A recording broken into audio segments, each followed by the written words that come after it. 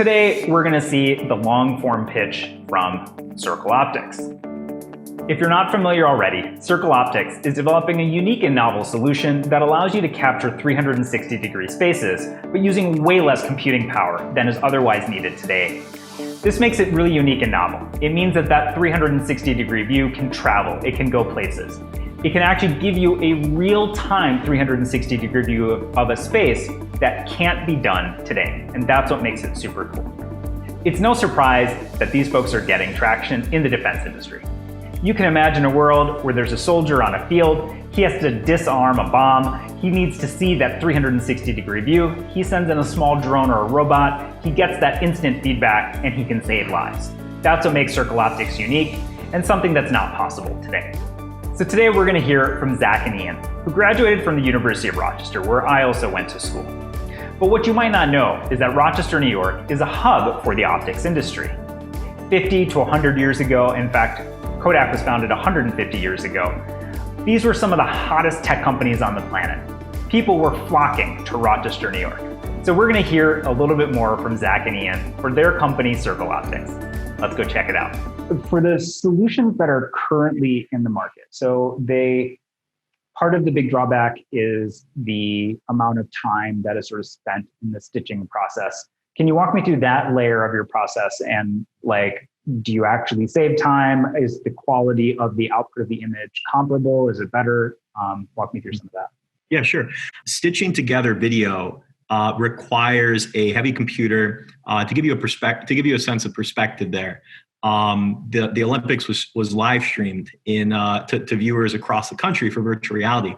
A series of supercomputers that were used to stitch the imagery together in the cloud. So an intense amount of processing just to deliver one single 4K video feed.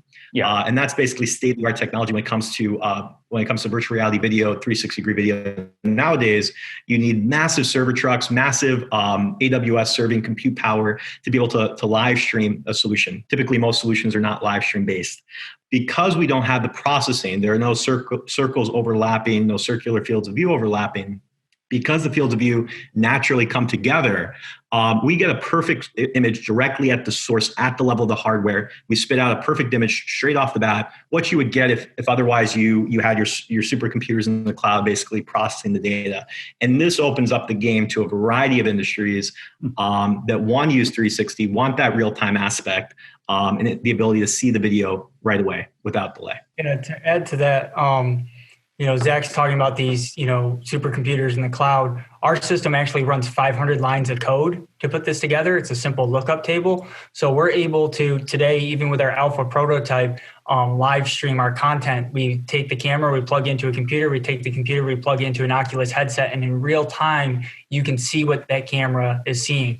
So you can place it across the room from you. You can put it up so it's 7 foot tall, and you can feel like what it's like to stand 7 foot tall across the room. Oh, wow. Okay. You can stream that as well, and that's the great part. It doesn't have to be in the room with you. It can be, across the country at a basketball game, and you can feel like you have a courtside seat. So give me a little bit of background. So what progress kind of have you made from when you first started until today? Mm-hmm. So we initially raised a $750,000 round.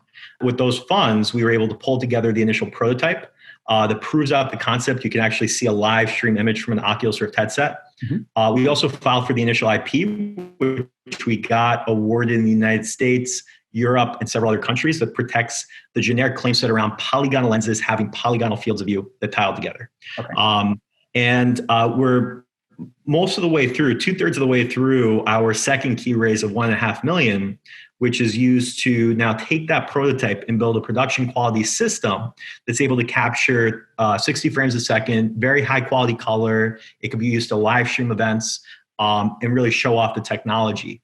And in addition to that build, we're also building our IP portfolio from just that single IP, that single patent. We've been building out a whole portfolio of patents. In the last year, with the money raised so far, in the second raise, we filed 5 substantial applications, about 90 pages each. So we've got a very substantial portfolio now because we're the first ones to figure out how to build this technology. So that's where we are today. We're looking to raise the remaining 1/3 of this round, which is really just the home stretch to build and put together all the lenses, to buy the mechanics and things like that, so we can have the system available for testing summer of next year. Once you sort of had the product and you had the prototype, how did you sort of validate it with customers? Who do you think your first customers are, and who's going to pay for it? Yeah, I can answer that one. So, for a long time, what the big interest was there was cinema and traveling and all of that. And we had been, on that road long before I even joined the company. Zach had been working on that. But with everything that happened with COVID, we had a large JDA that we were working on, about $1 million deal, which got put on hold in March.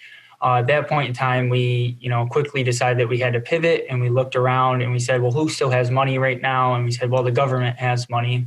So we applied for an NSF grant, which we recently received. That's $250,000. Right. So long. And then in addition, we said, well, the military has a lot of money. Perhaps they would have interest in here. And in a very short period of time from our initial contact with a military prime, in about a month of time, we submitted an RFI, a request for information, for the Missile Defense Agency. So without getting into too much detail, there is a lot of uses for an extremely high resolution instant camera, wide field of view camera, from missile defense to drone usage, identification, and others. So we've been seeing significant traction there. So that's going to be most likely our first customers. They've got, deep pocketbooks. They have a really high need for this type of technology. But we think that's a really great place to innovate, because they're willing to pay for that innovation. And then we can take those innovations and push them downstream to commercial markets in the future. And how do you make money? So, what do you charge for this? And how much does it cost to make? What do you plan on? Do you have any recurring fees? Walk me through that. We think the first sales are really going to come from selling a very high-end system to the military. So we're still waiting for that contract to come through, hopefully early next year. The initial systems that we might be producing for the military might be on the order of $1 million a piece, and we'd be producing hundreds of those. So that's a really way to get ourselves going as a company. It's a great way to do so. And then after that, we would obviously cost reduce and look for, as I said, push those innovations downstream. Still expensive cameras, because they're high-end professional cameras. And then eventually, we'll scale enough that we can do a consumer version and anyone can own one. Cool.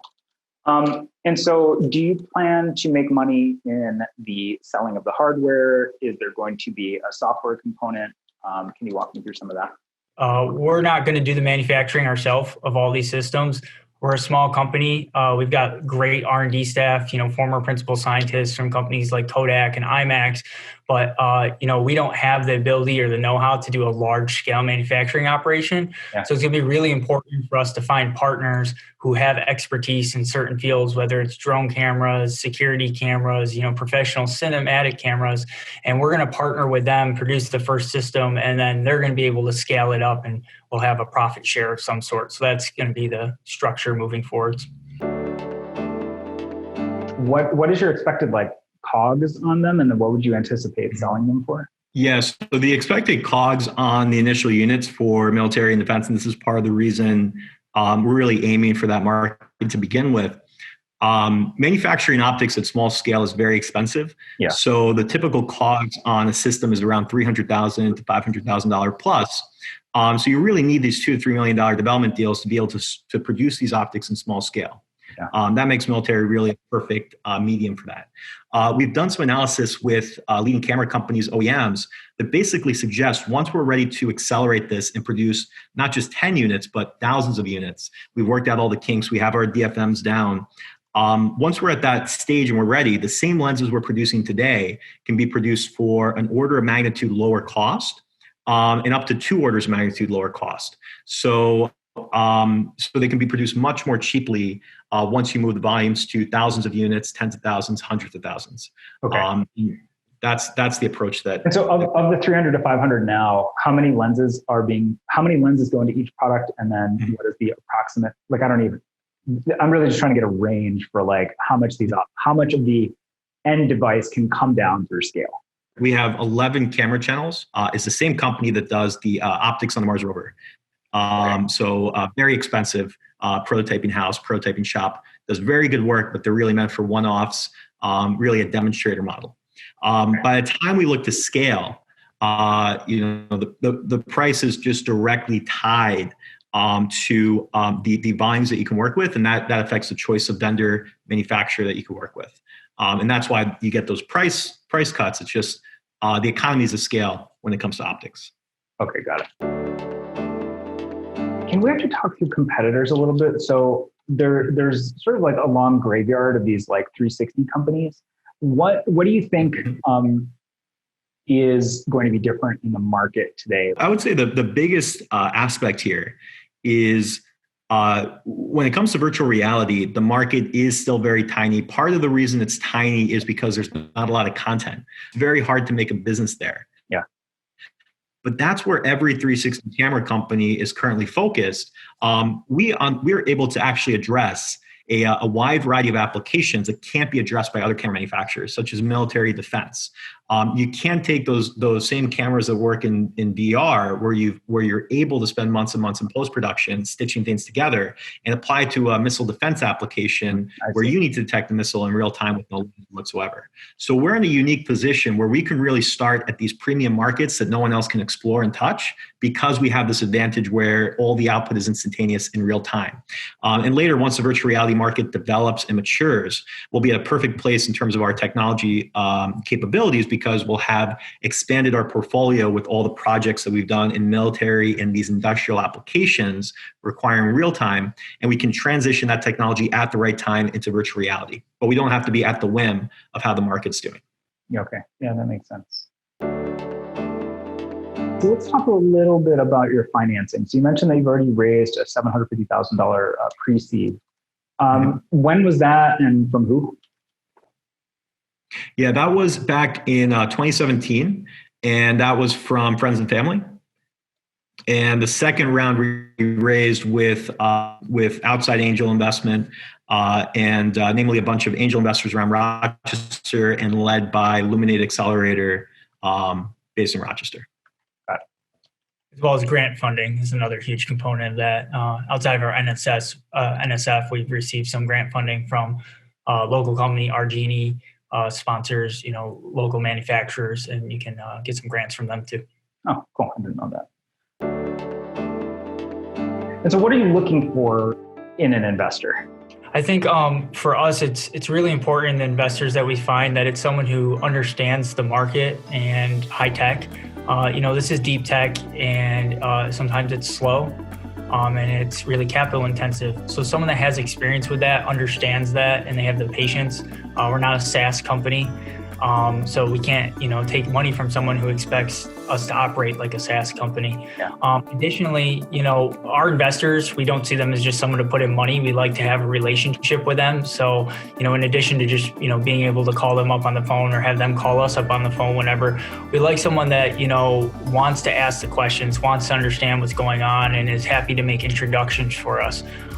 Thus far, all of our investors to date, have helped us in some sort of advisory capacity and like to stay in touch and understand what we're doing. And, since this is our first startup here, give us feedback on how we can do better. And that's really important to us in early stage investor. I always want to make sure that I help every entrepreneur that I talk to.